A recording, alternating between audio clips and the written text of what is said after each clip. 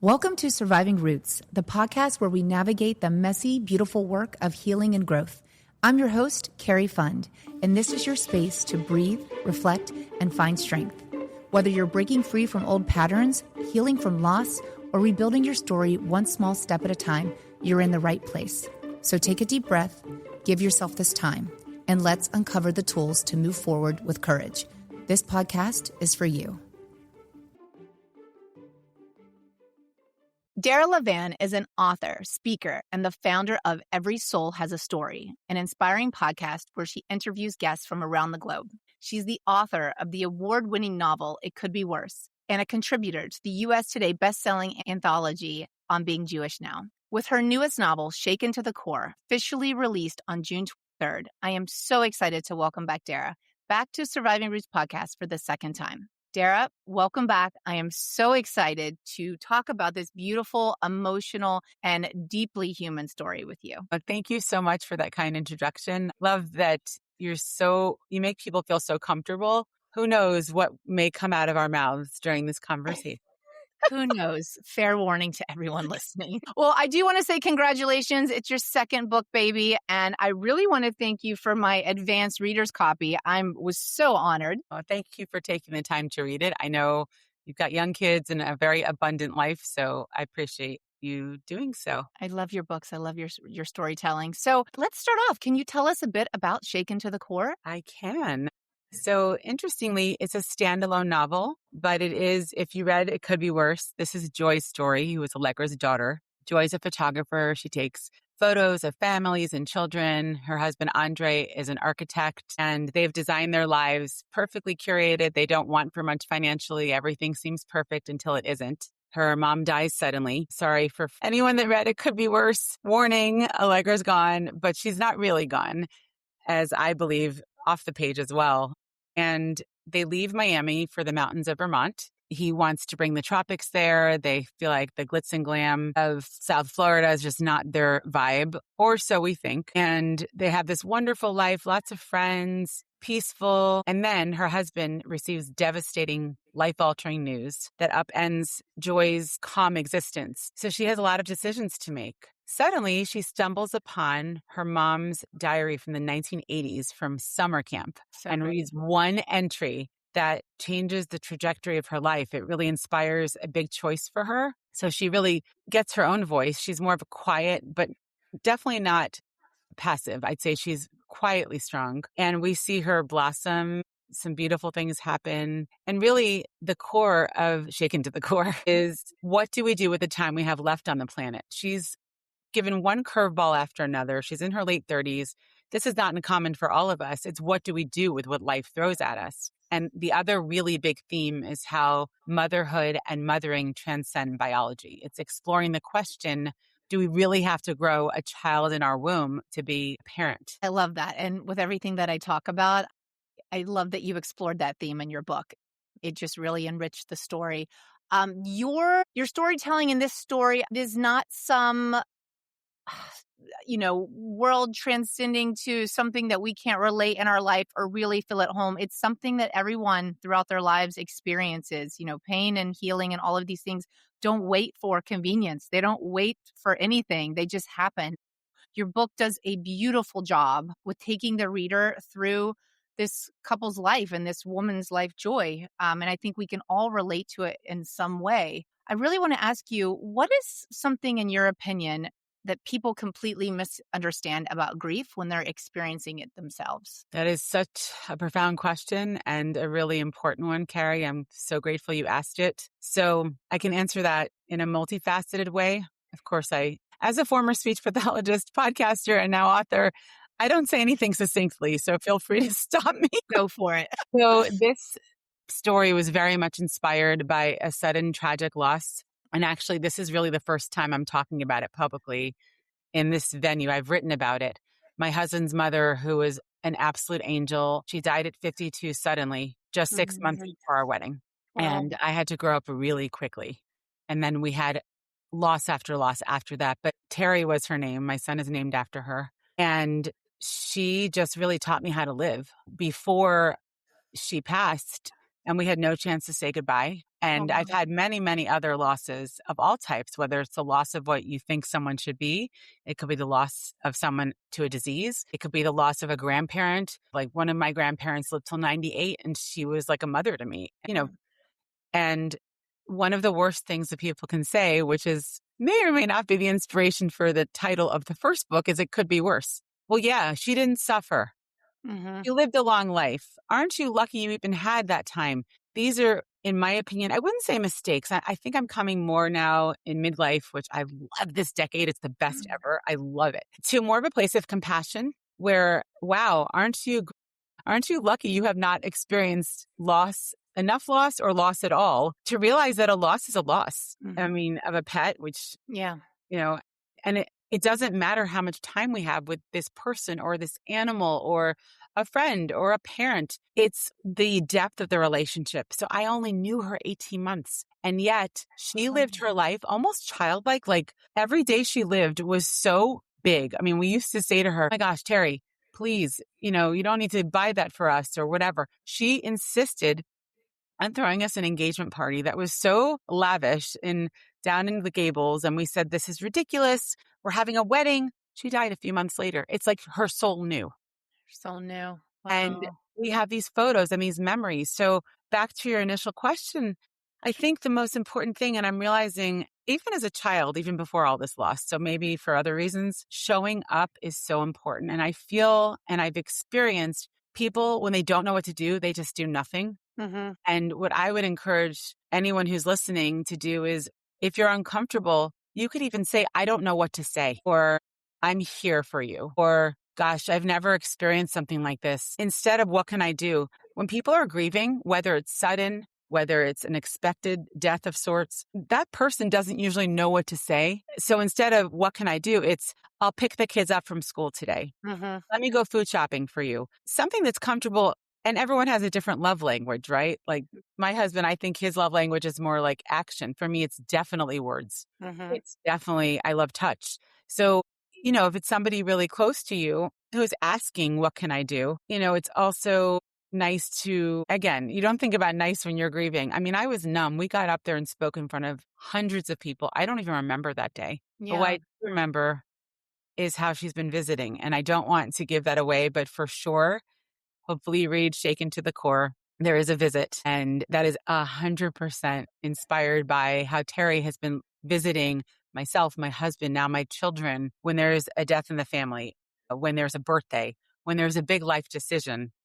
This certain visit happens, and it is unbelievable. I've been sharing this story now for years. Again, never in this kind of platform. Mm-hmm. Thank you for giving me the space to do so. I've had people send me this image of what I won't ruin for years. It's beautiful from around the world. So I Wow. believe also when you're grieving, and it takes time to get to this place, this is just my personal belief. I believe bodies die. I believe that souls don't. Mm-hmm. And that's nothing, that's just a Dara belief that I believe could be Buddhist, it could be Christian, it can be Jewish. It's just what I believe in because of what I've experienced. And I think if you're open to receive, just like other things in life, that's beautiful people come into your life. They believe, even my dog, this is crazy, but my Izzy, I've had many, many dogs, but he was my rescue and he really rescued me. And he's in the first book. And we were just moved out of our kids' childhood home. I've been crying. I've been a hot mess. It like peeled up so many layers I did not expect. We're about to leave the house for the last time. And my husband says, let me see if there's a golf ball. There are always golf balls all over the yard. Nothing.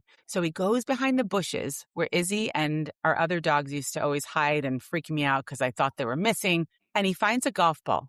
Carrie, on the golf ball, it says Noodle. When we adopted him from the Humane Society, his name was Noodle the Poodle. My gosh.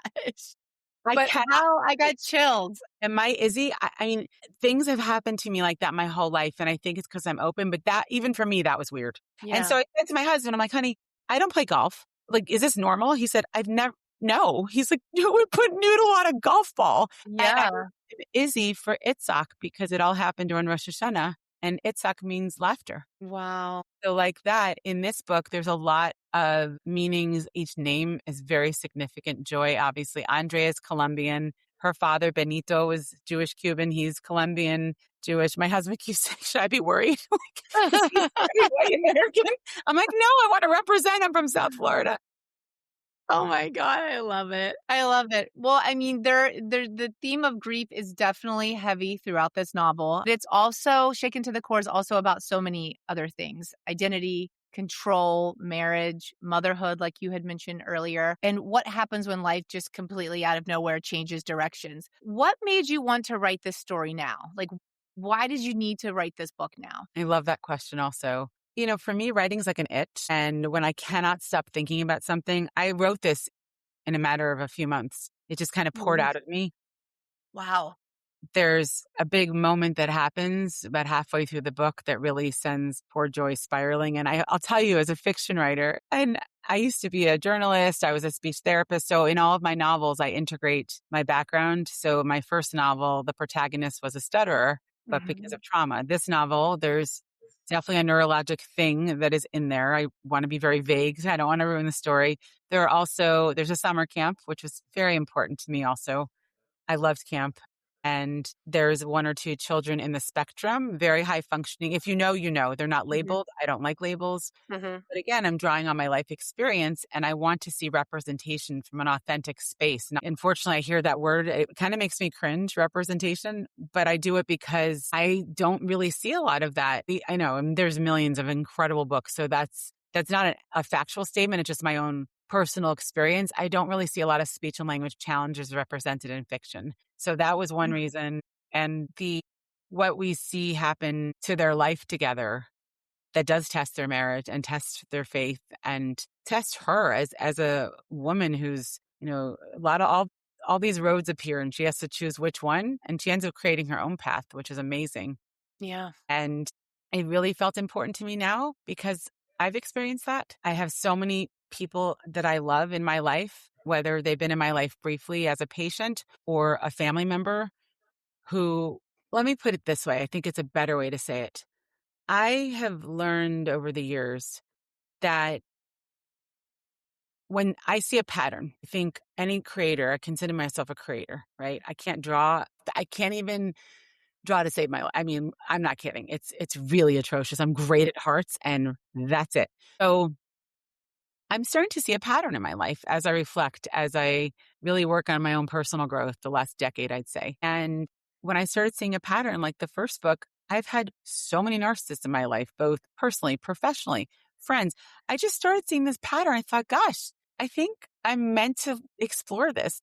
Mhm. Especially with this particular challenge that happens to Andre and this devastating news he receives. I know personally 15 people with this challenge and Wow. it's getting worse and worse. And again, I thought, well, I've been given this gift of voice and whether it's orally and the written word. And I thought, I need to integrate this into this book.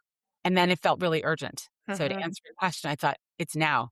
And what's wild is the last year or so, more and more is coming out about this particular challenge. Like it's everywhere in the Wow. news.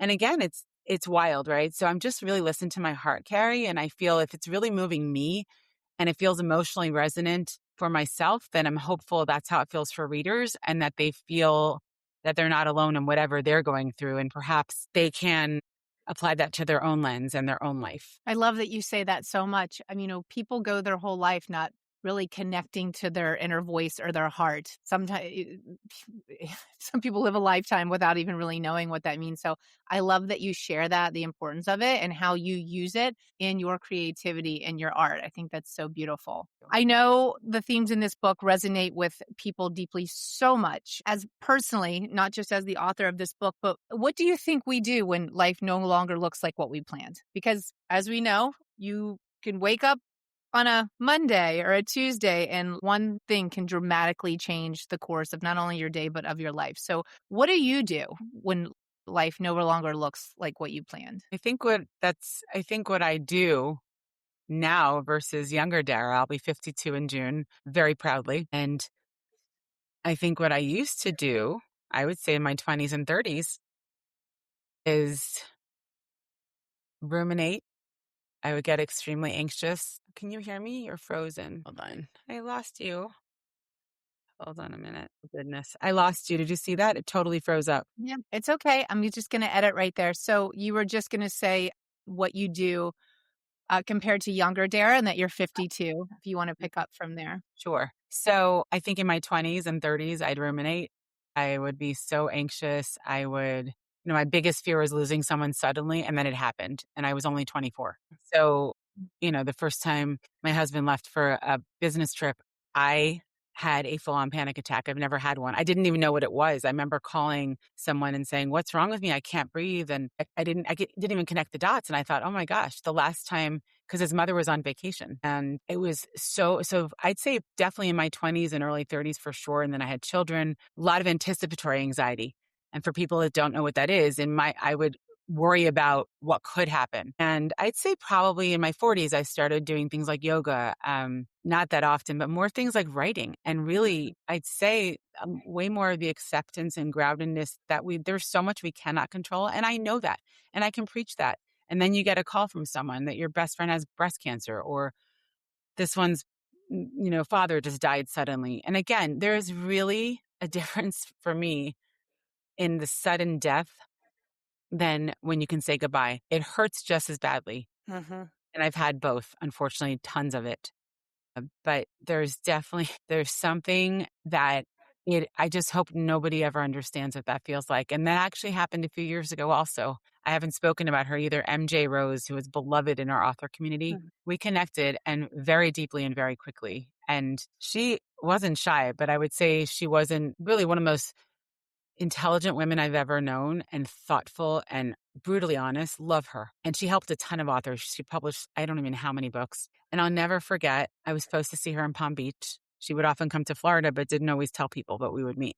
And so I wouldn't share, I didn't post. It was just our time. Mhm. And again, a very, very short friendship because of the short time. And I was looking at my phone the other day and I was supposed to see her, but I didn't feel well. And she died suddenly a few days later. Oh my gosh. I was in such shock, I couldn't breathe. I couldn't move. It was resurrecting all those emotions from my 20s, from what happened. And so what do? I wrote, I walked a lot, I talk about her. Mhm. I really believe one of the ways to process and also to keep people alive, keep their memory alive, is to talk about them. My kids talk about Grandma Terry all the time. They never met her. Wow. I talk about her constantly. Every time. She was a really well-known, extremely talented decorator in Miami. So every time we move, I always think, oh, I wish you were here, Terry. And then inevitably, there's this visit that we'll hopefully read about in the book.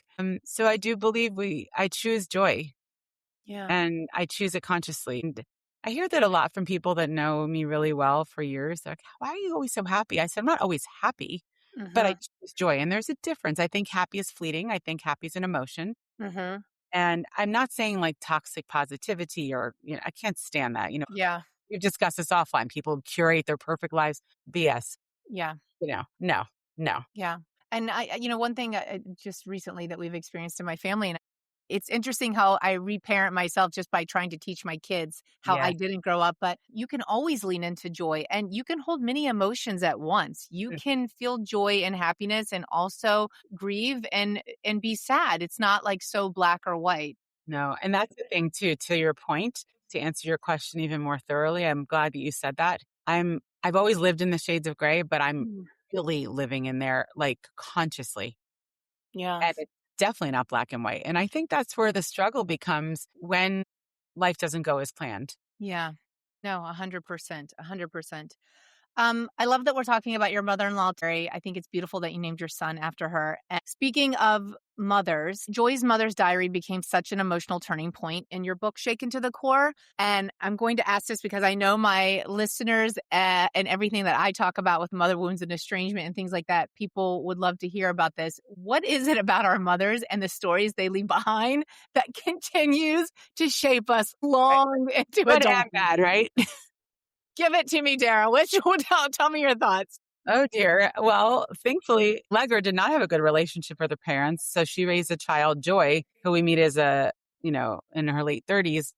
They were very, very close. So her pain was a different type of pain than if you have estrangement.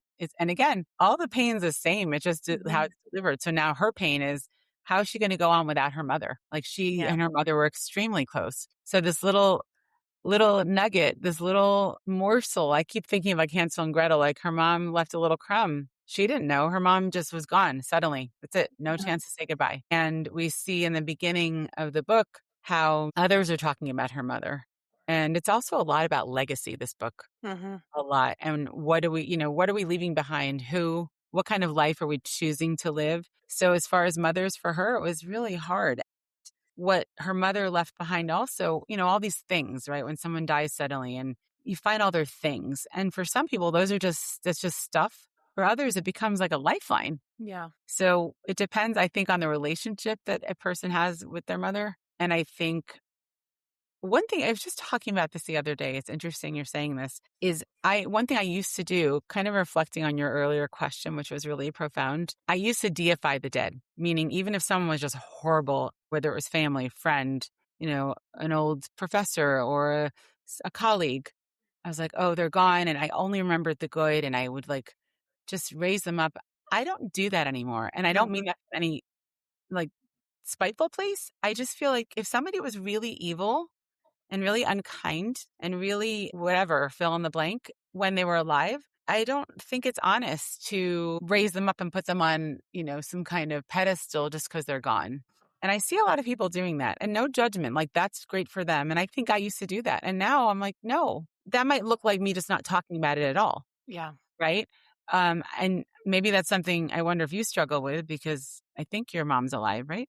Yes, she is alive.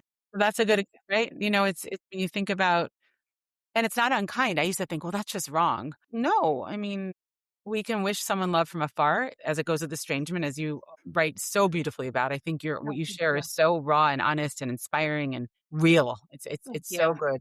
And same thing when someone passes, if not to hold a grudge, that's not the space I'm coming in. I always say, send them off with love. At the same time, we can be honest about who they were when they were on the planet. And if it didn't feel good, that's okay to, sit with that. I 100% agree. And I love that you say this. The word that comes to mind is just pretending. I think so many of us grow up with like shame keeping us silent, and we pretend we come from the perfect family. We pretend we have the great life. And I think social media has just fueled these curated lives. I think we've just all learned on some level, no matter even if we had the healthiest of childhoods, we all just were in that like, I'm fine, it's fine, everything is fine. And we just go into this pretending mode. And I think you do yourself a disservice and your own healing when you're pretending, because it just delays everything. And boy, it will raise its head at some point. It will come back and bite you in your bottom. I mean, you don't deal with it now. I mean, I've seen that so many times. And the most inconvenient times. It picks the perfect inconvenient time. Yeah. You have a meltdown and your kids are like, Mommy, what's wrong? And you're like, I don't know. Just 20 seconds of not thinking about the things. Talking about shaken to the core. Yes, just when you think everything is great and you're living your best life and healing is just, that's when it will visit you. I always say, life will humble you, whether you like it or not. So, whether you like it or not. Here we are. Well, throughout your book, it's really honest and raw storytelling. And I love the fact that you don't romanticize a lot of it, like the hard seasons, whether it's dealing with loss and going through grief, even in the hard seasons of marriage. I love how you portrayed Andre and Joy's marriage. It shows what happens when two people are grieving differently at the same time. What did you want your readers to understand about love through their marriage, through Joy and Andrea's relationship? That real love, sustainable, is not just about the romance, not just about, oh, he's hot or she's hot. It's not just about I hear this lately from a lot of like Gen Z and millennials, which I think is appalling, but I'm hearing this more and more from people I talk to. Money is so important now. Like, women are dating and oh my God. It seriously makes me feel ill. I'm being honest. My children are not like that at all. And I'm being sincere. They're completely the opposite. They're in their early 20s, but I've asked them even, and more the millennials, I guess. And that's not what it's about, because I don't care how gorgeous the person is, how wealthy, how fill in the blank. And that's why I intentionally wanted to create a relationship where in the beginning, and still they don't want for much. So many people, there's a lot of judgment, and I hear this a lot, and I'm talking about nonfiction. I'm talking about in real life. Don't they have the perfect life? They're so wealthy. Don't they have the perfect life? They're so skinny. I mean, you could fill it in. Yeah. Nobody has a perfect life. That's a load of crap. And, I wanted it to be portrayed that not only, as we've discussed, where you're given the curveballs, that is inevitable. Anyone that thinks that they are immune to loss is, respectfully asleep. Yeah. They're not awake. Yeah. And I wanted to show what does it look like to navigate that with a really grounded relationship. And it was tough. But in the end, they were there for each other in a huge, gorgeous way. And they grew together, Yeah. but not just like snap your fingers, everything's perfect, sprinkle on fairy dust. Yeah. They went through the things and it was really hard. And look, I've even said this to my husband. We're together 27 years. I know how blessed I am. I tell him every single day. And I know people might look at us and say, you have like the perfect marriage. It could have absolutely demolished us. Mm-hmm. Other 6 months force and by the way, I don't know if it's for me to share here, but many other people, it could have torn us apart and it Mm-hmm. didn't.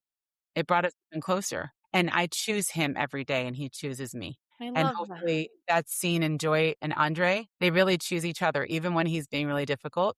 And even when she's not feeling understood, they still choose each other. That is one thing where that's a constant. Yeah. Yeah. That was beautiful in the book. Joy, through all of this, spends so much time questioning herself, like who she is and what truly matters. How do you think painful seasons and shocking news and loss, how do you think that sort of can redirect or inspire us towards the life that we're meant to live? I think it really shakes you up. I think that sometimes we're forced to choose and sometimes those answers are just revealed to us. Mm-hmm. So it could be a career path. I mean, that happened to me. Yeah. I was going to be a journalist and then I had to cover this horrible story and it shook me to my core and I ended up becoming a speech therapist and here I am full circle. Yeah. So that's more of like a mild shakeup, let's say, or it could be, a spouse or a partner who gets diagnosed with a terminal disease or degenerative illness or something. And sometimes you don't have a choice. Yeah. Right. So it's I think that's a hard question to answer. I think it's different for everyone. And I think you mentioned the word season and I don't even know if that was intentional. But I don't know if you noticed, I wrote the book in seasons. It was. Yes, I did. Because I don't know if people are noticing that yet. I have a lot of early readers and I was very intentional also because especially as women, and we go through seasons, whether it's hormonally, menopause, welcome into my life, darling. And we go through seasons as mothers, or we also go through seasons. There's a lot of women who can't conceive and even just puberty, all the seasons we go through, right? So I feel that as far as how can it change you, or what was your exact question again? It was really about like Joy experiences so much of like what is truly matters in her life, like what is she meant to be doing? And then all of this sort of life happens. How do you think that? Do you think loss and tragedy and grief can sort of, I don't know, almost wake us up? How do Yes, you think very it can much put so. us, I almost like it's they're like the plates in our soul are shifting. Like it's like these, I picture like seismic. And what I think is really fascinating, like any writer, I'm a big observer. I don't even know I'm doing it, but I guess I am. I don't really miss anything, which can be painful too. But it's interesting and sad to me. I also have observed people that I know where they have had the big shakeups. They have had the big things happen and they haven't woken up. They're still maybe selfish or a narcissist or don't really know what's really important.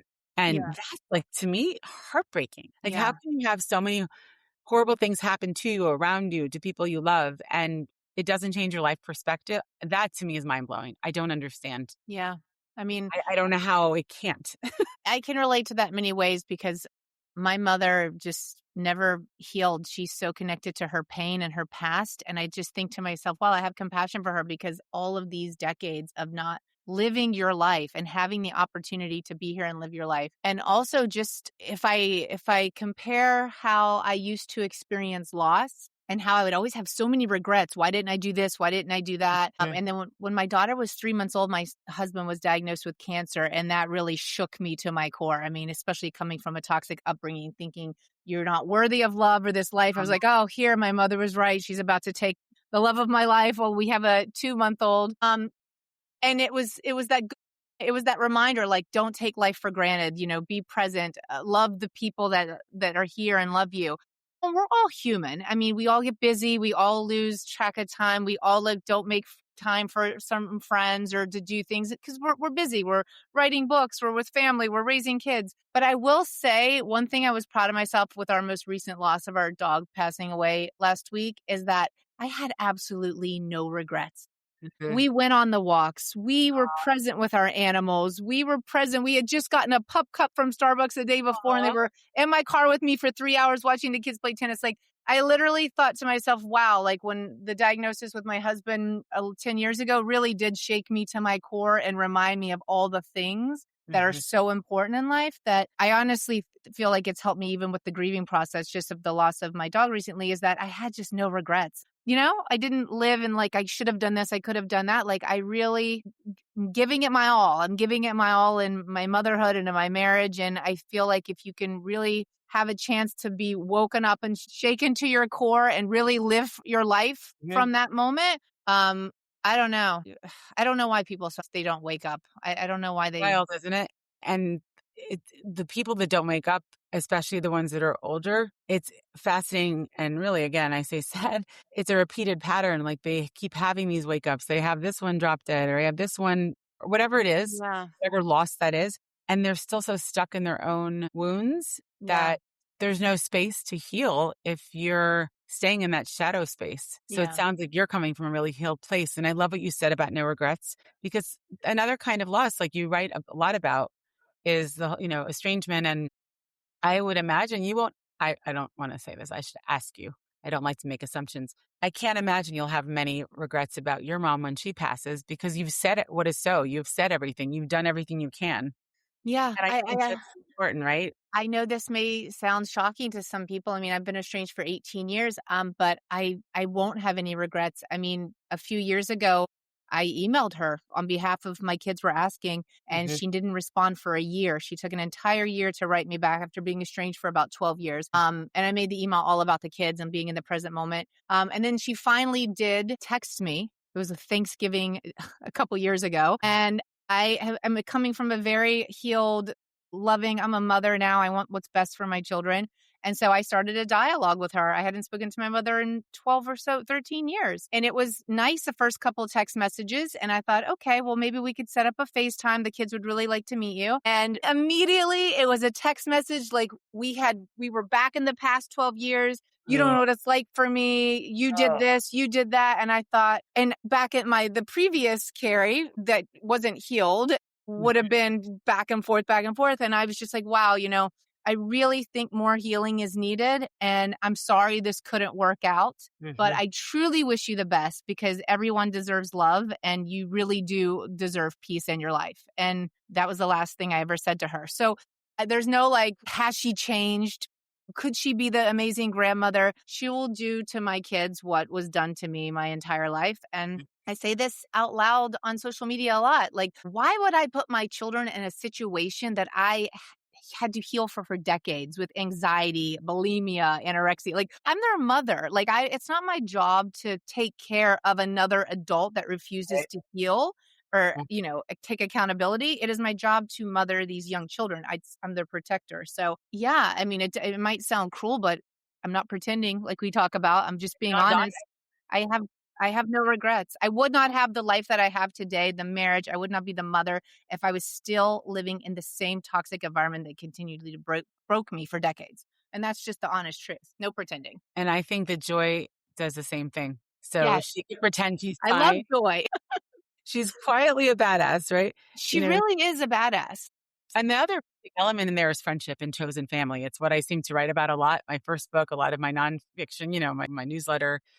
And there's Mel, her best friend, who I just love. I think she's a riot. And I think there's that too with what you wrote about. But it's chosen family, right? I mean, you're making choices every day, who you would like to let into your life and who you'd like to let go. And I think Joy has to do that also, not in this way, but for her, she has choices to make, and they're really hard. I mean, it's not like this perfect life that everyone thinks they have. Right. Right. And they also, speaking of children were never part of their plan. And then I'm glad you brought this up. I want you to speak about, because this book really touched upon a beautiful theme about what is motherhood? What does motherhood mean? Can you talk a little bit about that? Sure. She never wanted children, or so we think. But let's just say, when you meet your life partner, you have kind of an understood contract and whatever that looks like. And for them, they chose not to have kids, even though there's all this judgment. Andre is the oldest of 5 boys, and the mother and father, the mother's a riot. She's very typical, I think, from my experience growing up in Florida my whole life, and I have tons and tons of friends in the Latino and Latina community. And she's like delicious and warm and could be overbearing, but from a kind place. It's not toxic. Oh, when are you going to give a baby a baby? Come on, mija. Well, they may or may not have kids. The thing is, Joy learns along the way there's other ways to be a mother. And Yeah. actually becomes a really uplifting, hopeful story as the reader reads on. And I don't Yeah. want to say more because I don't want to No, ruin I it. don't want to go more into it. I know there's so many things I want to talk about, but I don't want to give anything away. So when someone closes this book for the very first time, what do you hope stays with them? I hope that it gives people hope that whatever life deals and doles out to you, that you will get through it. It might be ugly. It might be soul-wrecking at times. It might really test your faith and your belief in even moving on. For some people, they don't even know how they'll get out of bed. But I really hope that Joy's story is one that shows you can choose your own path, even when you think you can't. Yeah. And that life has a way of working out, even very much out of our control, in the ways in which it should and the ways in which it will. And we have agency to direct or redirect, that path. But there's also things we have absolutely no control over. So I hope it's also learning how to let go when necessary also. Very well said. I want to congratulate you on your second book, Shaken to the Core. It is out on Amazon, everyone. Grab your copy. It is the most beautiful summer read. Thank you. I want to congratulate you. And I have one last question because I want to talk about your writing personality. Are you a silent writer? Do you blast music? Are you a coffee shop girl? Do you need chaos? Do you have to have a favorite snack? Like, what is your writing ritual to produce these beautiful novels that you do? Well, great question, because I'm laughing at how I'm going to answer this. I used to work in a newsroom. I thrived in all the buzz, and I cannot stand even the AC going on weird. I need total quiet. I even sometimes have to put my dogs in their little home, like in the laundry room, because if I'm really into a scene, they're so cute. And I have no problem focusing. I mean, almost everybody in my life has some version of ADD. So I have such passion. It's not even that. For me, I'm so hyper-focused and I'm so in that moment that I can't stand it. I always joke, and I'm absolutely so admire, and I'm so fascinated by a lot of my author friends who go to their coffee shop. Like, forget it. If I go to a coffee shop, I leave and everyone's my friend and I've got nothing done. I mean, there's no way. And I love people. I'm either chit-chatting with them or observing them. I don't know. But as far as snacks, for sure, interesting. When I'm editing, I seem to go to almonds and dark chocolate. Yeah. The crunch, the bittersweet, all the things. Yeah. And I get very, very hungry when I'm editing. I've started to notice that. Not writing. Yeah. And I think at a spiritual level, and again, I'm getting a little woo, but I know you are also. So here we go. Yeah. I do believe, I don't know if it's cognitive or from a heart space, but I think it's burning through something. I don't mean calories specifically, but just I find myself ravenous when I'm really in a moment for a couple hours. Yeah. Physically. It's not like emotional hunger. It's actual. So yeah. So now I have the snacks with some salt, sea salt. I love it. I love it. I adore you, Dara, so much. I want to thank you for coming on Surviving Roots podcast today and sharing your story, your writing process, and really what this book means to you. And thank you for sharing it with the world. I'm so excited for you. Thank you from my heart. It was so great being here with you. Thank you, Dara. Thank you for joining me for this week's episode of Surviving Roots. I hope it gave you something meaningful to carry with you. Let's keep this conversation going. Find me on Instagram at cari.fund, where I'll share more from the show. Don't forget to subscribe, leave a review, and share this with someone who needs it. And remember, we are the choices that we make.